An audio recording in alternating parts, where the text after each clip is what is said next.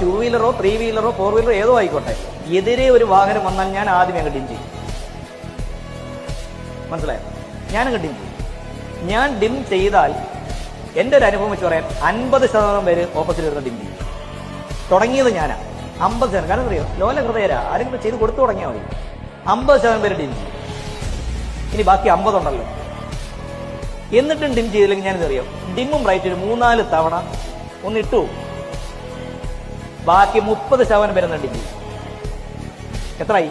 80 ബാക്കി 20% ഉണ്ടല്ലോ, ജീവിതകാലത്തും ഡിം ചെയ്തില്ല. 100 രൂപ തരാമെന്ന് പറഞ്ഞാലും ഡിം ചെയ്തില്ല. ആ 20% വിട്.